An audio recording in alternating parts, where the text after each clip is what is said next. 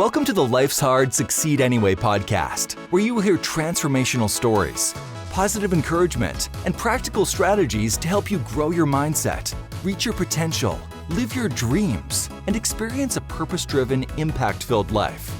Here's your host, Alan Blaine. All right, this is Alan Blaine, and I am fired up to interview our special guest today, Victoria Robinson.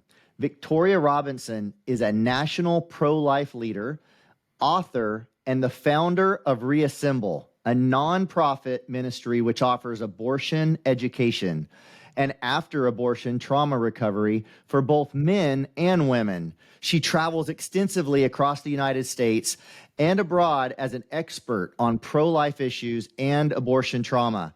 She's the host of the Upper Room podcast, What's on My Mind. She is the author also of They Lied to Us, a compilation from women who have had abortions, and a second book called They Lied to Us Too, a compilation from men who participated in abortions. Victoria has 4 daughters, 4 sons-in-law, and 11 grandchildren, which is awesome. She resides here in Nashville, Tennessee, not far from Nicole and I. And Victoria, welcome to the Life's Hard, Succeed Anyway podcast. Are you ready for this? Well, I am excited to have you on here and have this conversation. I'm so glad that we connected a while back. And I've shared just, with our audience, a kind of a brief intro of who you are and what you do. But if you could just back up a little bit and kind of share a little more of your background and how you came to be where you are today, doing what you're doing.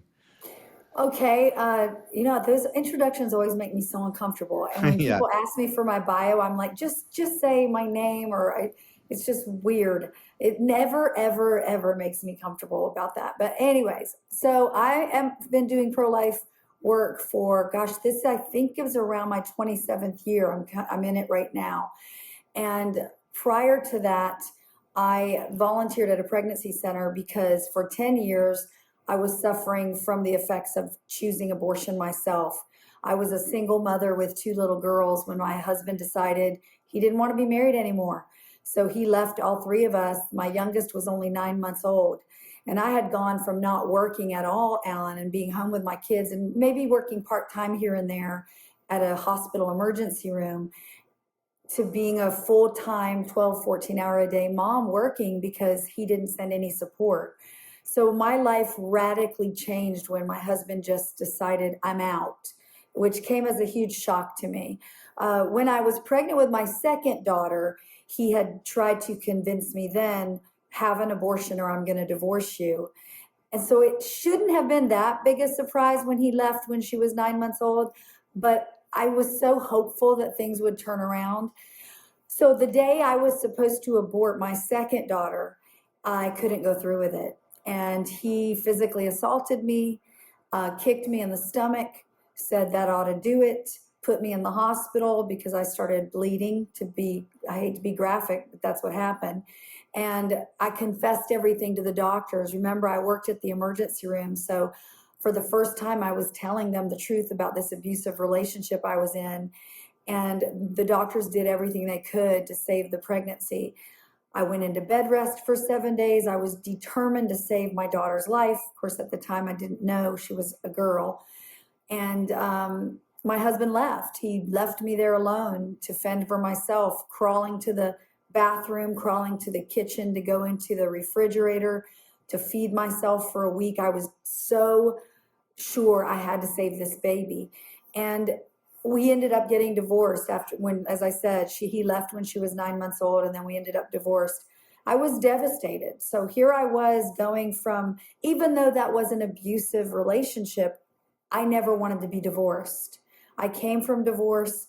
I didn't want my own children to come from divorce. I knew that it was traumatic, and it wrecked me when my dad left when I was 10 years old. So I just wanted something different for my kids. So probably why I put up with so much from him.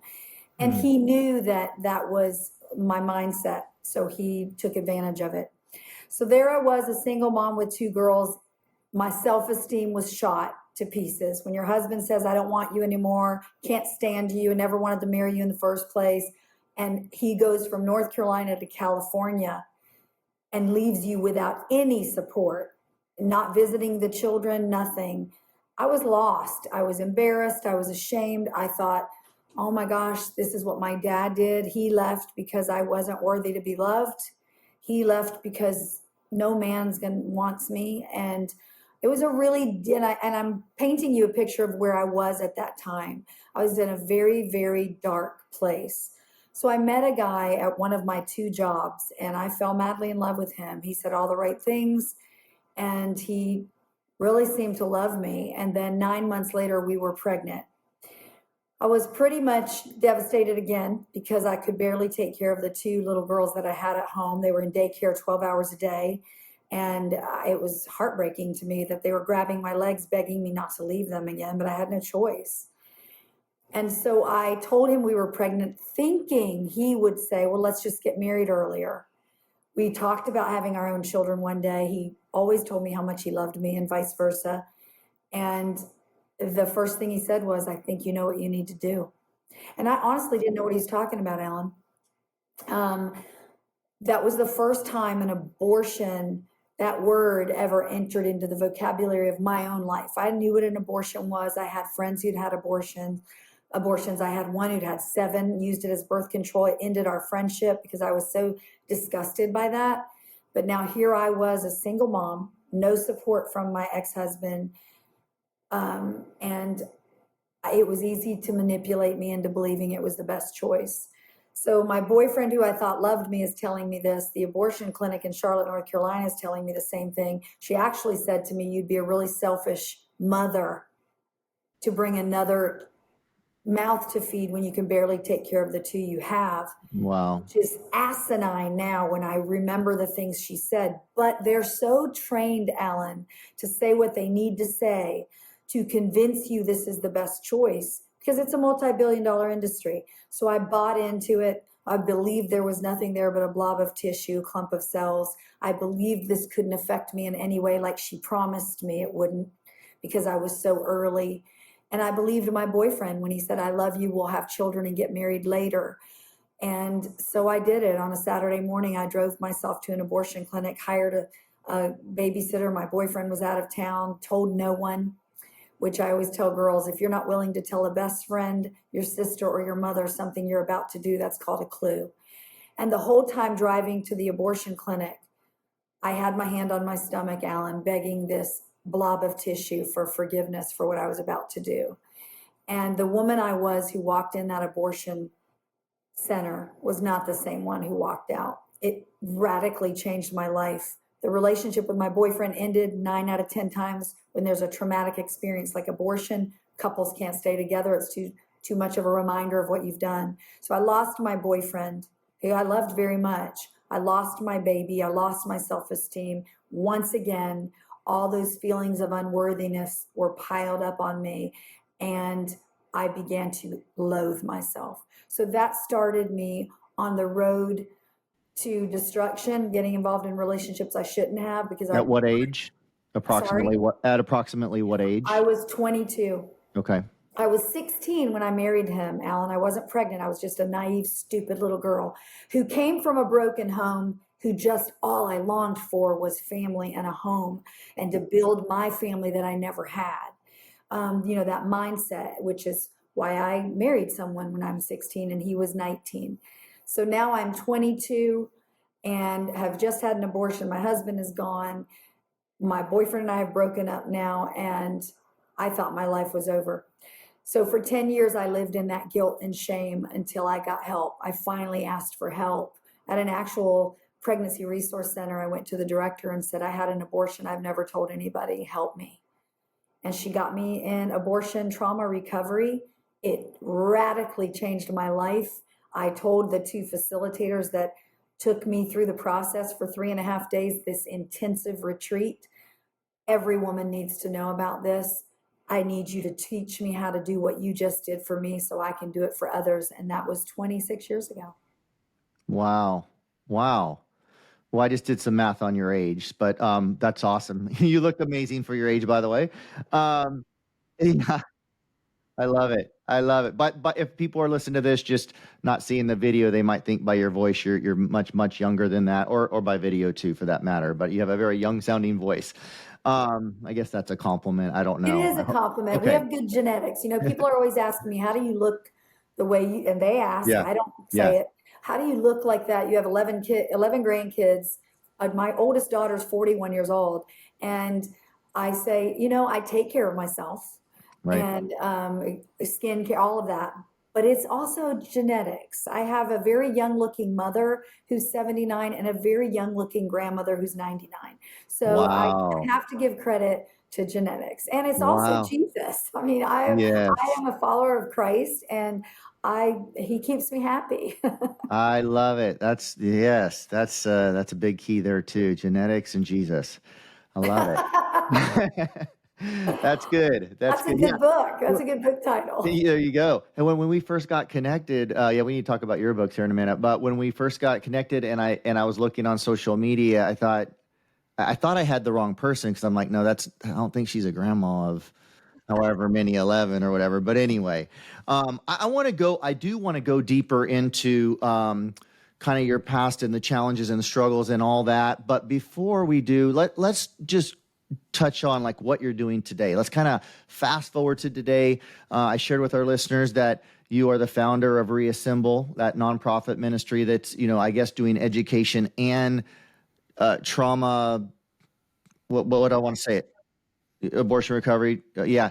And that's something you experienced. You just said that at age 32, right? So I mean, you're obviously passionate about it, but can you just tell us a little bit about what that's all about, what you're doing, your ministry there that takes up, I'm sure, a majority of your waking hours? I would love to. And anyone who's interested in finding out more, please go to my website, reassemblelife.com. I've been doing abortion trauma recovery for all these years because I saw what it did for me. When I got there on that Thursday night, Alan, I looked at the two facilitators and I said, how are you going to help me? As I was talking about earlier, there was no way I thought they could help me in 3.5 days because 10 years, for a decade, basically, I was living in the guilt and the shame and begging God and begging God. I was saying yes to everything at a church that I started going to, thinking if I do that enough, then God will forgive me. Then I can live a normal life. But in 3.5 days, when my life was transformed, I knew I had to share that with other women who'd had abortions so that they didn't think my life is over. God can still use you. God can redeem you because the therapy is so intense. So I have been a CEO of pregnancy resource centers. That's when my career started. I started as a volunteer at that same center that I asked for help, ended up 7 years later becoming the CEO of that center. Then I went to another center and then another center here in the Nashville area. For 7 years, I was their CEO, opened a second location. And then several years ago, the Lord spoke to my heart and said, your season here is up. Now, in the back of my mind, I always knew somehow I would be involved in abortion trauma recovery and education, meaning educating the public on how an abortion devastates men and women. It's not just the child that's ripped to pieces. It's also these parents who choose. That's what people don't want to talk about. That's what the abortion industry doesn't want to talk about because then the gig is up. If people understand what happens to a woman who chooses abortion and to the father who participates, they know it's going to hurt business and it's a multi-billion-dollar business. So in the last several years, I knew this was, 10 years, I knew I was going to do this. But the last few is when Reassemble just started evolving. And the first thing I needed to do was figure out the name. And I was with my best friend, Valerie. We were at dinner and I was telling her, Val, I've got to come up with it's got to be the right name. And we just started talking. All right, Vic, what is it you want to accomplish? What is it you want to do for people? And I said, Val, they're in pieces, just like I was. These people are in pieces and nobody even knows it. They wear the mask. They're inside dying, but they've got to pretend. And they're all over the floor. So we started coming up with words, and that's how Reassemble, the name, came together. Reassemble.com wasn't available, but reassemblelife.com was. And it still made sense because we are reassembling people's lives back together. Yes, the scars are there. Just like if you see a puzzle piece with all the pieces, but they become whole again. And so Reassemble has been helping people for decades. It was just under a different name. And these are 3.5-day retreats that start on Thursday evenings and end on Sunday. I'm doing them all over the country. I'm booked for the rest of this year, and every retreat is full. I'm already booking into 2024. I have a waiting list of people waiting because, Alan, there are a lot of people hurting. And I know we're going to talk about men, so I'll wait until, we go to that question, but we've got to talk about the men as well, because I'm getting ready to do my very first men's Reassemble retreat in August here in the Nashville area, and it's full. Wow. Wow. If that doesn't show the need that's out there of how far these are booking out, I remember seeing that on your website of how far out it was booked out. It's phenomenal.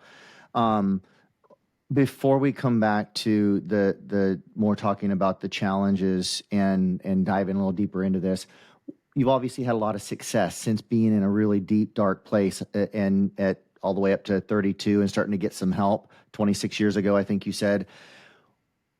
What has been a key to your success over the last 26 years? Because you've obviously had a lot of success. You're impacting a lot of lives, doing great things. You're CEO of multiple companies. You've got your own nonprofit that you're running. What would you say if I asked you a key to your success that others can learn from, who've also, they're going through their challenges and they've been through their challenges, and you're living proof that you can succeed anyway? Yeah. Don't quit. I've wanted to quit a million times in these years. It's especially with my work. My line of work is so intense and it can be stressful. Or when I'm counseling a girl who's about to have an abortion and I think she's going to make the right choice, but then she chooses abortion and then calls me 6 months later begging me to get her baby back. So I have those times, but then they're the success stories of when the girl will send me a text like Friday. Thank you for saving my baby from abortion. I'm 38 weeks pregnant today because of that phone call with you. So it's never giving up. It's not quitting. And that's true. That may seem cliche to some people, but it's the truth. It's keeping my eye on the prize. It's being about, for me, my Father's business. When I get depressed and I have my moments of, oh gosh, Lord, let me get a job at a bank, then it's almost like I get this kiss from heaven of someone calling me or texting me or someone just smiling at me. And it lets me know, okay, Lord, I can go another day. If you're with me, I can do this another day, then another day. And then there's times when I can go months knowing I'm on the right track. But hey, I'm human. So there are those days. But over all of these years, I would say it's the little successes. It's not big, huge ones. It's the little ones that get you through the next one. And so I refuse. I'm like a bulldog. I mean, and all I have to do is go back to reading my journal, Alan, go back to remembering what happened. The Bible talks about people, we look in the mirror, we walk away and forget what we just saw. Right. I want to remind myself of what he did and what he used me to do. Because I don't apologize that God uses me. I am humbled that he would use a worm like me. But I also am not going to say, oh, woe is me. I am very grateful and thankful that he's taken my tragedy and he's taken what the enemy meant to destroy me, because he almost did, and he's turned it into good. So I don't have the right to quit. There's too many people that need the kind of help I can offer them. So who do I think I am to ever think I don't feel like getting up today and doing what I do? Somebody's life could depend on, not that I'm not trying to be a martyr here, but someone literally could be looking for that one thing that I can offer them that someone extended to me. I love it. I love that, Victoria. And we share that in common in completely different spaces and realms. But it's that passion that drives you to get out of bed and do what you do and not quit, even on the hard days. And like you said, there are hard days, no matter what anyone may make it look like on social media. There are hard days. We all have them. But when your vision is bigger than the challenge, you keep going. And I think that's what I'm hearing you saying. So pretty soon. Well, we will talk long before then, but I'm sure we might be doing this interview again at 99 when you're 99 years old and and still going strong doing this. Who knows? But I want to ask you too, at 32, what was the aha moment, the breaking point? I don't even know what you'd call it, but what was the mind shift, the change? What happened to go 10 years of pain and go get help? Well, for the post-abortive woman, she feels she deserves all that pain. She feels she doesn't have the right to ask for help because we killed our children. God created women, Alan, to nurture, to give life. When a woman comes to the realization she actually ended her own child's life, it's devastating. So then she gets it. And I was never one who was promiscuous or into drugs or alcohol or any of that. A lot of women do that because they want to feel something or they want to numb something. Mine was punishing myself, feeling like I don't deserve happiness. God could never allow me to be happy. So, if I'm not happy in a marriage or it's not a good marriage, well, so what? I deserve this. If I'm miserable in a job I'm doing, I deserve this. It was all of remember, going back to my childhood, this is the lot in life that I have. So what happened to me at age 32, look, I don't know how many of your listeners are Christians or not, but for me, it was Jesus. I had an encounter with him at that same church that I was working, that no one knew why. I said, yes, I'll clean the toilets. Yes, I'll do the nursery. Yes, I'll sing. Yes, yes, yes. They didn't realize what was behind my yes was, please, God, will this be enough for you now to love me again? And so I just continued in this cycle of destroying myself, and I wasn't living in freedom that we talk about as a Christian.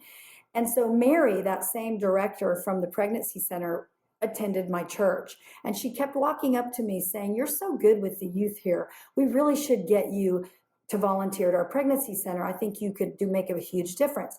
And I was like, sure, Mary, one day I will, and I, in the back of my mind thinking, this chick is nuts. There's no way that I am somebody that could be used to do anything good. And so then this woman came up to me and asked me for prayer at church. I was on the worship team. Nobody knew about my abortion. I'm up there singing, Alan, week after week, leading worship in a church of thousands of people as the lead worship leader, thinking, please don't let them know. Please don't let them know. Oh my gosh, Lord, if they knew, they'd kick me off. They'd never let me sing. So this woman walks up to me and says, can you pray with me? I'm like, okay. And she whispers in my ear that she had an abortion decades prior and she couldn't get over it. So in that moment, I prayed with her and I watched God change her. I watched before my eyes him transform this woman. And she was just her whole countenance changed. Well, I was angry. I was happy for her, but I was angry. So I went home and I had it out with Jesus, man. We had it out. It was some ugly words spoken. People can judge me all they want, but he gets me. It was ugly. Yep. And I just felt in my spirit when I was crying out and screaming and fist to God saying, when are you going to give me what she got? Why did she get it? And you can't give it to me. And I just heard this still small voice say, I've been trying. And then I saw that woman, that director's face in my mind and realized all those 3 years she'd been trying to get me to come volunteer at the pregnancy center had nothing to do with God wanting to punish me. It was the door he was opening for my healing. And it was just me being sick and tired of being sick and tired, but it was also him reaching down from heaven when I was drowning and pulling me up when I was saying, I'm done. Just take me home. I don't want to be here anymore. And it just took him rescuing me. And that set me on for me. That's what it happened with me. People talk about they heard a voice. I didn't hear some loud, audible voice. It was just a series of things that happened because he knew how deep in despair that I was. And I loved my children. I didn't want to ever kill myself or anything, but I was not whole. I knew I wasn't the kind of mom I wanted to be because I was so broken. what would you say to somebody? Surely we have listeners that have been through an abortion at this point in their life that are listening to this episode. I've just got to ask before we go on, what do you say to them? Because I could only imagine how they may be feeling even just listening to this right now, and all the reminders and the pain that they I may would be say, feeling. first of all, I'm so sorry for your loss. And I would say, I know how you feel. I felt the same way, but here's what I found out. There is no sin that will separate you from God. And every life can be redeemed, including a woman who's had an abortion. I would say find someone you trust to talk to. Find your local pregnancy resource center. Start with them. They're strangers, so it'll be easier to talk to them. Get in touch with me. I'm on phone calls every day with women who've had abortions who just want to talk to me on the phone, and I'm the first person they've told. And here's what they always say to me, Alan, at the end of our call. I can't believe I'm saying this, but I already feel better just talking about this. I bet. Because they've buried it for so long. Burying our pain is not going to heal us. So that is what the enemy of our soul wants us to believe, because he can keep us in bondage. But when we go to someone who responds in the right way, that's why you don't just go to anybody. Don't go to one of these crazy, you're a murderer if you've had an abortion Christians, and they're out there because they've gotten in my face. And I just look at them and go, get behind me, Satan, you fool. So just don't go to that kind of person. Find your local pregnancy resource center first, or find someone like me. We will not condemn or judge you. We're going to be there to help you. I love it. I love it. So good. Such great advice. And your passion for really caring about people's hearts, not just pounding an agenda that other people might like to spin it as, is really coming through in this interview very clearly. And I love your passion. It's about helping and serving others and helping people that are in pain is what I'm hearing. And also helping people avoid the pain if they have the opportunity. 100%. And that's why I won't ever stop counseling women who are considering abortion, because I don't want them to walk where I've walked. But not all of them choose life. The majority will. If they get on the phone with me, they will choose life, but they don't all choose life. But I also want them to know, whatever your choice, you've got my number, because you're going to need me later.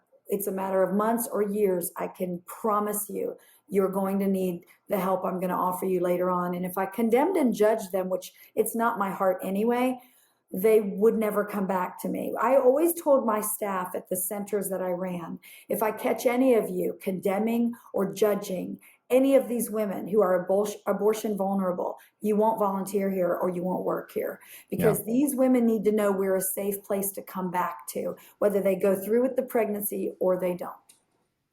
That's a good word. Wow. Those organizations sound like they were blessed to have you.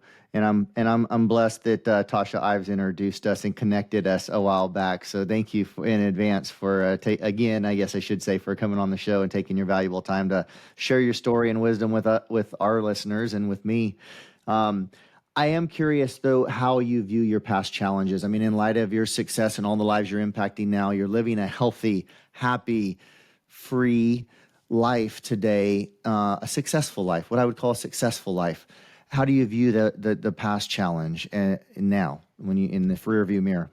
Alan, here's the thing that I say to people who want to use their childhood as a crutch. You can be a victim or a survivor of where you've come from, and I'm a survivor. My life story is not a Hallmark movie, that's for sure, but it's probably at least a Lifetime or movie for sure. I haven't even publicly spoke about majority of things I've been through in my life since I was a little girl. But my father, who was a raging alcoholic, and he started drinking at 7 years old. He had a really rough childhood himself. He was very abusive to my mother.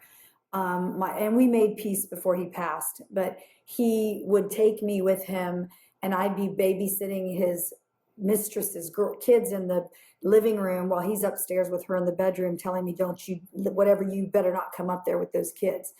I mean, this was my idea of men. And so there were a lot of reasons I can look back and see why I made some of the choices that I made, but also why I didn't make the choices that I didn't make as a mom, and in the future. So I would say yes. When I look back at that poor little girl, I would have loved for her to have had a better childhood than I did. But I also look at my daughters and see the husbands they've married. I'm single. They married men better than I ever did. And they made better choices than I've ever made. I should say that. And they have been better mothers than I was, because I was parenting out of fear. I was parenting out of pain and heartbreak and trauma. And so I always say, this always gets me emotional. When people say, gosh, how did you forgive this person for that, or this husband for that, or whatever. I always say that when I look at the fruit of my children, their husbands, their marriages, and my grandchildren, and they made better choices than me because of what I taught them from where I'd been. And they made better choices than I did because of what the choices they saw me make. Mm-hmm. It would all be worth it. And I would have all done it again to see the fruit of that pain. I'd rather me have gone through it than them. Would I have liked that nice little family? Of course, who wouldn't? Right. But I'm sure as heck, Alan, not going to make that my excuse for making poor choices today as an adult or in the last however many years. Or, oh, well, I did this because my parents never bought me a bike, or my parents did. Get over yourself. You're here. They could have chosen abortion. Maybe they parented out of their own pain and trauma that you don't know about. But if we walk in unforgiveness and we walk in a victim mentality, good luck to you, because you're not going to get anywhere. And those kinds of people are just like, I feel sorry for them. But they're not people I'm going to spend a whole lot of time with. 100% agree. And sadly, there's plenty of those people, but I think what you're saying is we all have a choice. We have a choice to be a victim or a victor regardless of what our past is. It's what we're going to do about it today. We can't stop some of the things that happen to us, but we certainly have a choice about how we react to the things that happen to us, for sure. Yeah, so, exactly. Appreciate you sharing that. Now, I am curious because you mentioned your 4 children and their marriages and, living more successful lives at the age they are today than you at that age or whatever. I'm a little confused because in your storyline, you said you had 3, I think, when you went through a divorce, right? No, I had two. You had 2. Daughters, and then I remarried, and had 2 more. So I have 4 daughters total. I had 2 daughters when my first husband, I've been married a couple times. So Okay. I've been divorced now from their father, the only father they all 4 know, for 16, 17 years now. So 2 daughters in the first marriage. He's the one who left. Then an abortion. And then I had an abortion in between, and then remarried. Okay. And then had 2 more daughters, and we were married for 18 years. Okay, got it. That makes perfect sense. What advice would you give to others? Actually, let me ask you this. If you could go back in time and give yourself your younger self some advice before all this went down, growing up the way you grew up, before you even before you got married at 16 years old. Let's go before that. What's one or more pieces of advice? I guess let's pick one. Probably a lot you'd love to give your younger self. What's one you would give your younger self? I think I would look at her and say, give yourself a break. Don't be so hard on yourself. And then I would probably have to tell her, you may not have the earthly father you always wanted, but you have a heavenly father who thinks you're pretty spectacular. And probably so many more things that it'd be a whole nother show. Yeah, right. Exactly. I'm sure there's plenty. I know I'd love to sit down with myself, years ago and talk for hours. I just don't know if my younger self would sit and listen. Probably not. Exactly. What advice, Victoria, would you give to someone who's maybe listening to this episode right now and maybe they're in the midst of their challenge, and it may not be facing an abortion or post-abortion. It may be 101 other things. Just in general, what advice would you give to that person? Well, I'd start with don't give up. I mean, go watch people that have tried to kill themselves that survived, And many of them are on record saying, when I was jumping off of that bridge on the way down, I thought, what have I done? I don't want to die. Mm. It's always going to get better, and life is not going to ever be perfect. Jesus never said it would be easy. He said he'd never leave us nor forsake us, but he never said it would be easy. And it's not. My life as a Christian is not easy. And just because I'm a Christian, but I have my faith. For me, it's my faith. If you don't have a faith, gosh, I don't know how anybody does it, to be honest, Alan, without faith. I really don't. But I would say don't give up. And when I have my days, I go to my prayer closet. I go, even if it's having it out with him again. But I just think about the people that I love, and I think about the people in my family who love me. And I just think, you know what? It's worth another day. I have a lot to look forward to. So there's always something to look forward to, even if there's nothing to look forward to. I love it. That's some great advice. Always something to look forward to, even if there's nothing to look forward to. Just some kind of 30-second quick questions. Favorite success quote you might have that you might be willing to share? Yeah. Winston Churchill. Don't quit. Don't give up. I'm Ever give developing up. a theme. I'm picking up a theme, I mean. Listen, it's been my theme because it had to be. I mean, who doesn't want to always give up, especially in, like I said, my line of work? I had to have one that was good. Yeah. Don't ever give up. So good, so good, so true, so applicable. What is one habit that you would say has been helpful to you in your success? Make your bed every day. Put the carts away in the shopping carts. Put them away in those parking lots. That's infuriating to me. If you can't make your bed in the morning and put a shopping cart away, lose my number, man. I mean, I just don't. Those are such simple things, but it's about discipline. And of course, for me, I have my time with the Lord every single morning. That's important to me. Worship music and reading scripture, even if it's one scripture a day, because I'm busy or I don't have time to really get into the Word. But journal. I mean, just make these things habits every day, and they'll become part of your life, and it'll change who you are. But start with making your bed. I love it. And why? Not that I haven't heard that advice before, but for our listeners that may not know why you're saying that, or maybe you're saying it for a whole nother reason, why make your bed first thing? I'm saying it for me because it makes me feel like I've already accomplished something. Yeah. And I like order. I don't like big messes. Make me feel very, with most people who live in these places filled with messy houses and things everywhere, they wonder why they're stressed. Well, that's part of it. Clean up your house. So I make my bed, I look at it and go, my room looks nice. It's ready for me tonight. It just gives me a sense of accomplishment. And it's, hey, I did one thing right today. If I don't do anything right, I made my bed nice. You started the day off a winner from the get-go, exactly, right? In case you exactly. forgot, you're a winner. You're reminding yourself first thing in the morning, you're a winner. And I'm reminding myself, Alan, that I've done something I said I'm going to do every day. Yes. Even that one simple thing that I made a commitment to do years and years ago, when I heard about make your bed, fixing my bed, I'm like, because when you get in the habit of doing something, you go, I can do this every day. I can do 50 sit-ups a day. I just have to do them. But I can do these things. I can drink more water a day. You just got to do them. Make it a habit. And then you're going, this is second nature, like brushing your teeth. Exactly. But we live in a society that's just fast food mentality.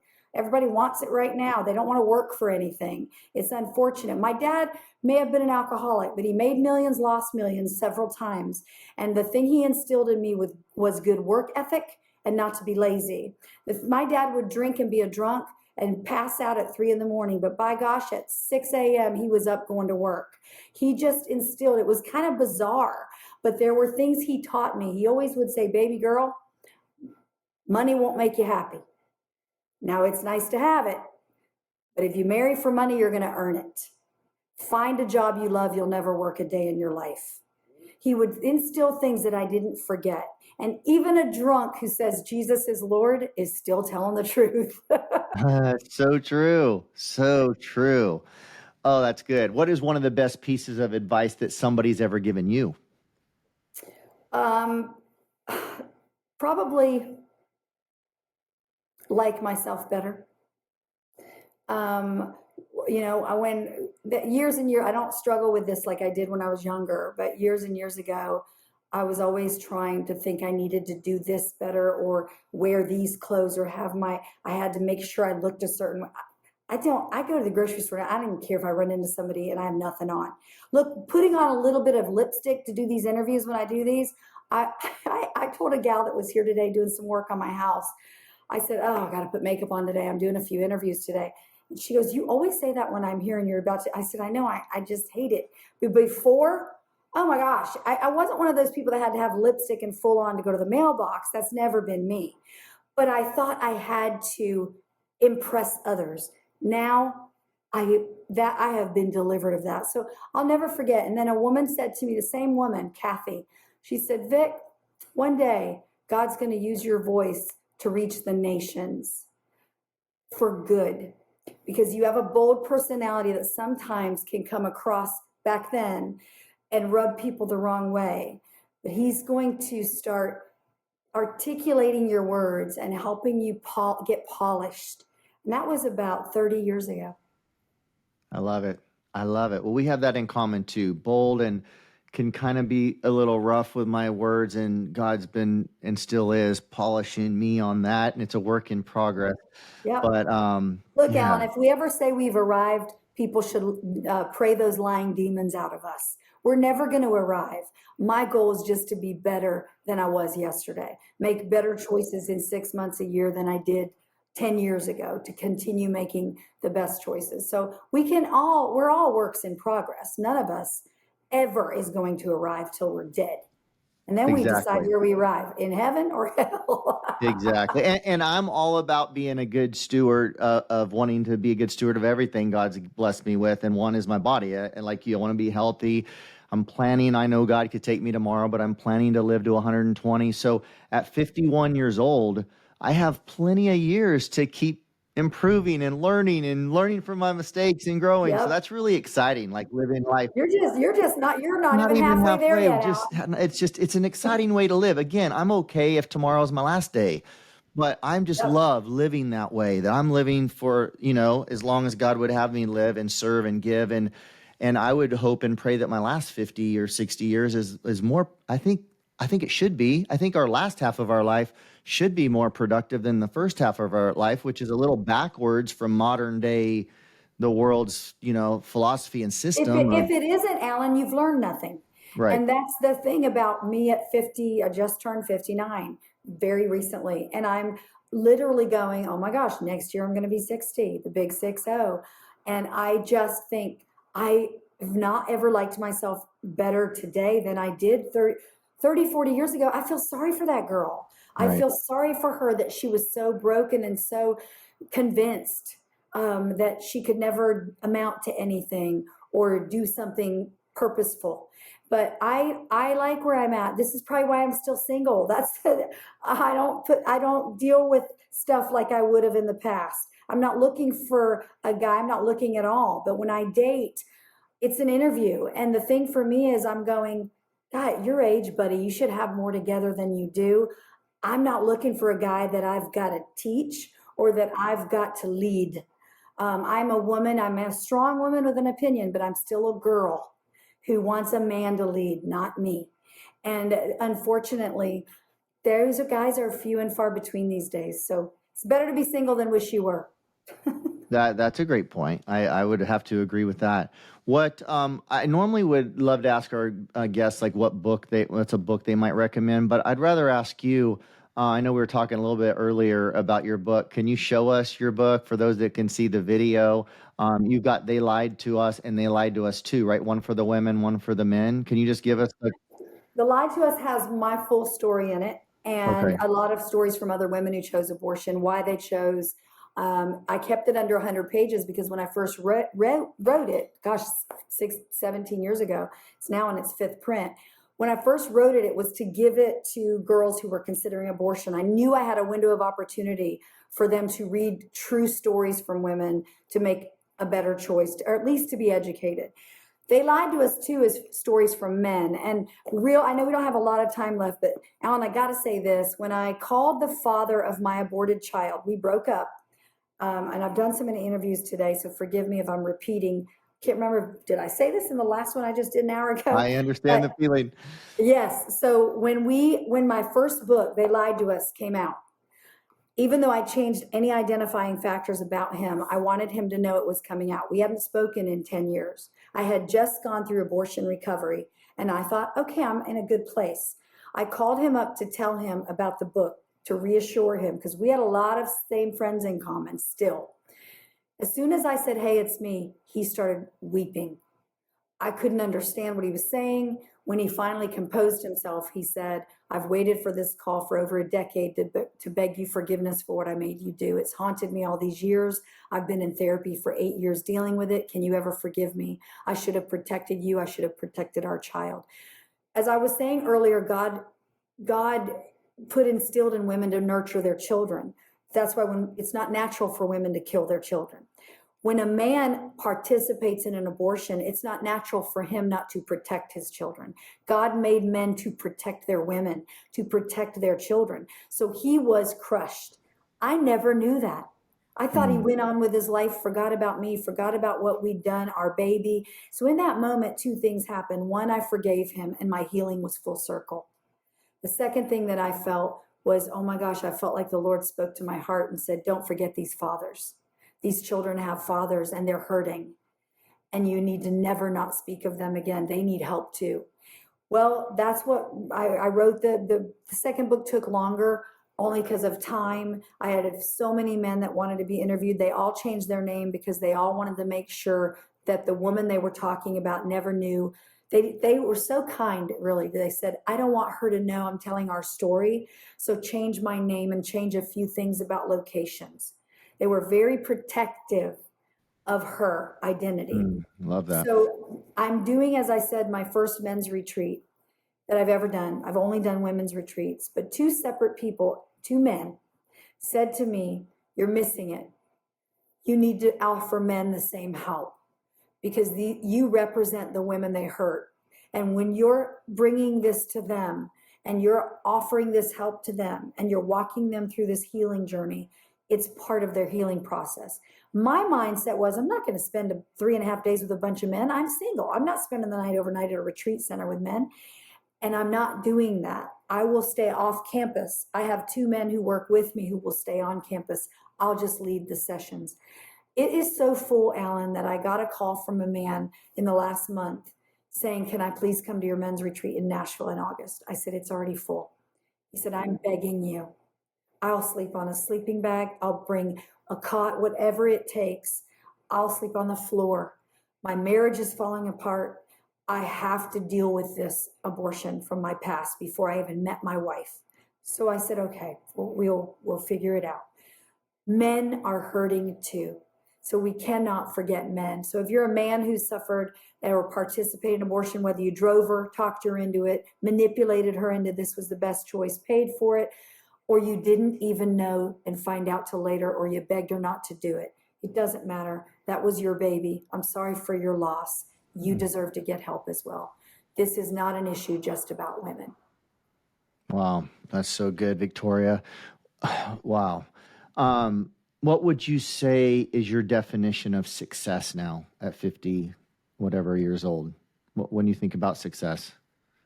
I think it's that I'm still here. I think it's that I haven't given up. I think I look at my daughters and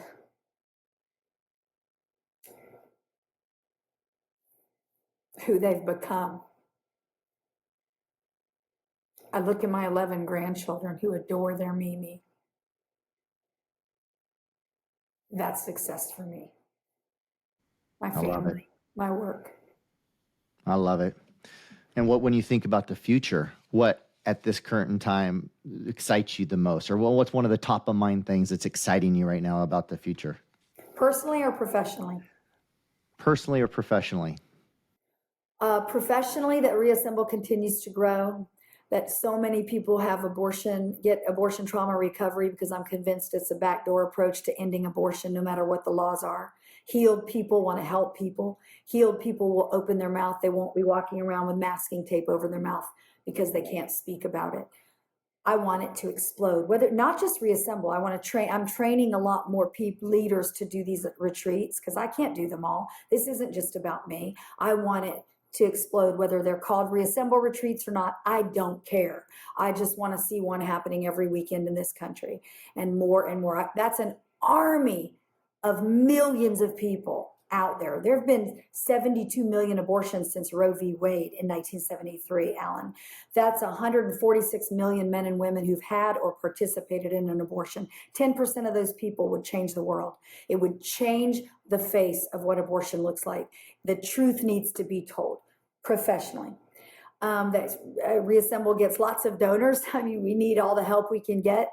The more retreats I do, the more money it costs. I'd love to have somebody walk in and call me and say, listen, I want to sow this much money into your ministry so you don't have to be worrying about that part. You can just keep doing the parts that you love doing, which is education and counseling. That would be my dream. Personally, that I just continue on this walk with this journey with the Lord. I am very content being single, but I've never, ever been in a marriage that was healthy. I've never been loved as Christ loved the church. And when my friends who are married and in great marriages say to me, if my husband died or God forbid ever left or something happened in our marriage, I just stay alone like you, Vic. Why do you even think of one day you might be married again? Why would you care? Your life is great. And I'm like, but you have what I've never had. So I don't know if it'll be when I'm 80 years old. I don't know when it'll be, but I'd like a little taste of what that looks like one day. But I'm also content. This is going to sound weird if it never happens. I love it. What a great position to be in. That's a wonderful spot to be in. It really is. I'm so content with it just being me and my family and me and the Lord. But I'm also hopeful that, gosh, what if that really did happen one day? That'd be kind of cool. Yeah. Yeah. Well, that's awesome. For anyone listening, as we start to wrap this up, that is either, maybe it's your donor, maybe it's someone that's heard your story and your passion and your heart to help people, which is what comes through so loud and clear. And they want to donate to your nonprofit. They want to support it. Maybe it's somebody, male or female, that has been through an abortion or considering an abortion, and they want to take you up on that offer and plug into your resources, conversations, whatever that is, get some help, get some encouragement, get some advice, or maybe just someone that wants to follow you along on the journey. How can people connect, contact you, follow along on your journey? Find me on social media. I'm on Facebook and I'm on Instagram. Victoria Robinson on Instagram, Victoria Robinson on Facebook. I don't do Twitter anymore. Those are the only two social medias I do. I can't even keep up with those. Go to my website, reassemblelife.com. Reach out to me there. You can email me through there. If you want to become a donor, we need monthly partners. That always helps. If you'd like to make a one-time gift and also become a monthly donor, that'd be awesome. If you'd like to underwrite a retreat, get in touch with me. If you have an Airbnb, if you have a bed and breakfast that you'd like to donate for one of our retreats, people are doing that all over the country, which is wonderful because that offsets a cost and you're blessing someone and it's a tax write-off for you. So maybe that's something. Maybe you want to donate an entire weekend, the food for the weekend, whatever the case is. We are in need right now of monthly donors, and that would help us to budget for what we can and can't do in the years to come. So reassemblelife.com. We'll be having our next fundraiser again in 2024. We just had one. It was a 70s party, had a 70s DJ. You had to come dressed 70s. We had a blast. We're going to be doing that again this coming year. Haven't set the date yet, but it'll probably be around March like we did this year. So just stay in touch with me. You can reach me through the website or through social media. Perfect. And any closing comment that you might want to leave with all of our listeners today? I would say just if you're post-abortive, again, I'm so sorry for your loss. There is help for you. You don't have to live another day in that shame and in that guilt and feeling like your life is over or you're the most horrible person on the planet, because you're not. You're not alone. I've been there. I get it. please get in touch with me or your local pregnancy resource center. Don't wait another day. You do not need to be crippled by your abortion. If you're someone who wants to get involved, again, I direct you to your local pregnancy resource centers. They're doing so much good.